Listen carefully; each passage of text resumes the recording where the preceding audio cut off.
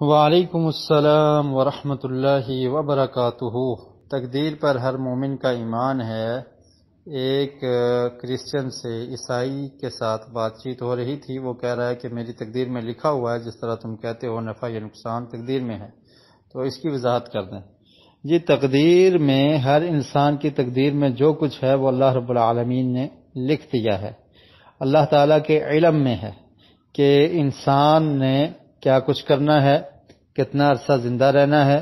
اس کو کون سے فوائد ملنے ہیں، کون سے نقصانات ہوں گے، یہ اللہ رب العالمین کے علم میں ہے۔ اس کا کوئی انکاری نہیں ہے اور اسی کو تقدیر کہا جاتا ہے۔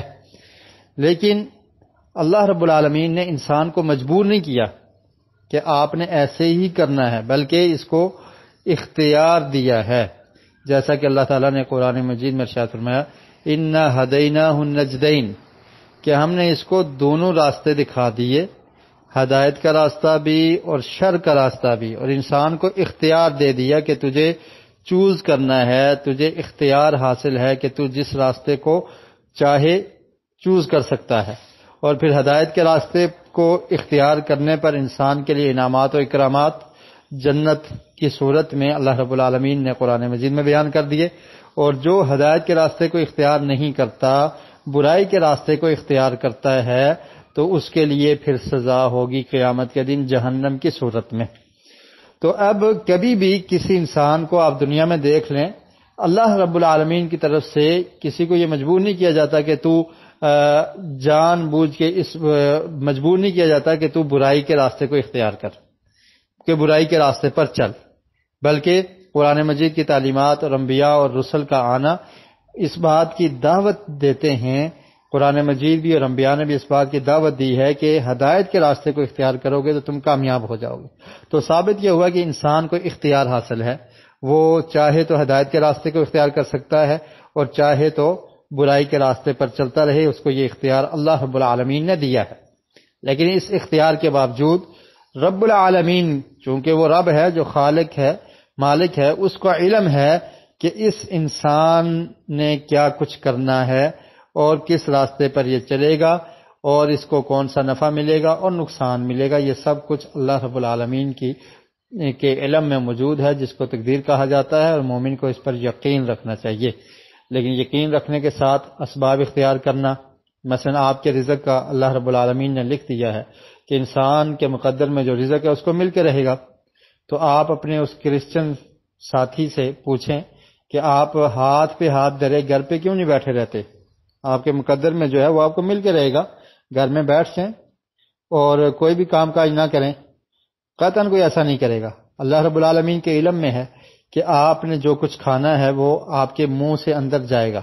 آپ ہاتھ کو نہ اٹھائیں، بیٹھے رہیں کہ خود بخود میرے منہ میں آ جائے گا، ایسا تو نہیں ہے، بلکہ آپ کوشش کرتے ہیں، کماتے ہیں، گھر میں لاتے ہیں، اس کو پکاتے ہیں اور پھر کھاتے ہیں۔ کبھی ایسا نہیں ہوا کہ انسان ہاتھ پہ ہاتھ دھرا بیٹھ جائے کہ میرے مقدر میں جو ہے وہ میرے پیٹ میں اتر کے رہے گا تو وہ ہاتھ کوئی نہ ہلائے، ایسا کوئی بھی نہیں کرتا،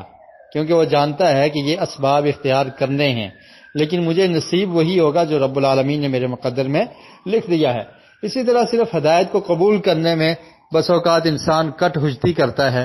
اور یہ شقاوت کا شکار ہوتا ہے، اور اس طرح سے کہتا ہے کہ اللہ نے میرے مقدر میں لکھ دیا ہے تو ہدایت مل جائے گی، نہیں لکھا تو نہیں ملے گی۔ یہ بات درست نہیں ہے۔ اللہ رب العالمین نے راستہ واضح کر دیا ہے، اب انسان کو کوشش کرنی چاہیے، اور جو کوشش کرتا ہے اسے ہدایت کا راستہ مل جاتا ہے، اور اس کے لیے بالکل وہ واضح راستہ موجود ہے۔ ایک اس میں چھوٹی سی آپ کو مثال اور دوں گا، وہ اس طرح سے ہے کہ ڈاکٹر اپنے علم کے مطابق کسی مریض کے بارے میں بتا دیتا ہے کہ یہ مریض، اس کو یہ بیماری لاحق ہوگی یا اس مریض کو فلاں بیماری لگ سکتی ہے، وہ اپنا چیک اپ کرنے کے بعد علم کے مطابق بتاتا ہے۔ اب یہ نہیں ہم کہہ سکتے کہ اس ڈاکٹر نے یہ بیماری لگائی ہے، اس کے علم میں تھا، اس نے بتا دیا۔ انسان احتیاط کرے، بیماری سے بچ بھی سکتا ہے،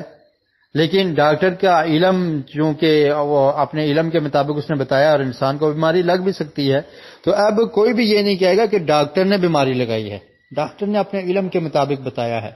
ٹھیک ہے؟ تو ڈاکٹر کو کوئی نہیں کوسے گا۔ اسی طرح اللہ رب العالمین، اللہ تعالیٰ کے لیے یہ بہت اعلیٰ مثال ہے، یہ میں نے سمجھانے کے لیے صرف آپ کے سامنے ایک مثال عرض کی ہے۔ اللہ رب العالمین کے علم میں سب کچھ ہے، لیکن اللہ تعالیٰ نے انسان کو مجبور نہیں کیا، اور نہ ہی ہم یہ کہہ سکتے ہیں کہ اللہ تعالیٰ نے ایسے کیا گویا کہ نعوذ باللہ اللہ رب العالمین نے مجبور کر دیا اور انسان کے بس میں ہی کچھ نہیں ہے۔ تو اس طرح کہنا یہ درست نہیں ہے۔ اللہ نے انسان کو اختیار دیا ہے، اور انسان اپنے اختیار سے ہدایت کے راستے کو اختیار کر سکتا ہے، اس کو چوز کر کے اس پہ عمل کر سکتا ہے۔ واللہ اعلم بالصواب۔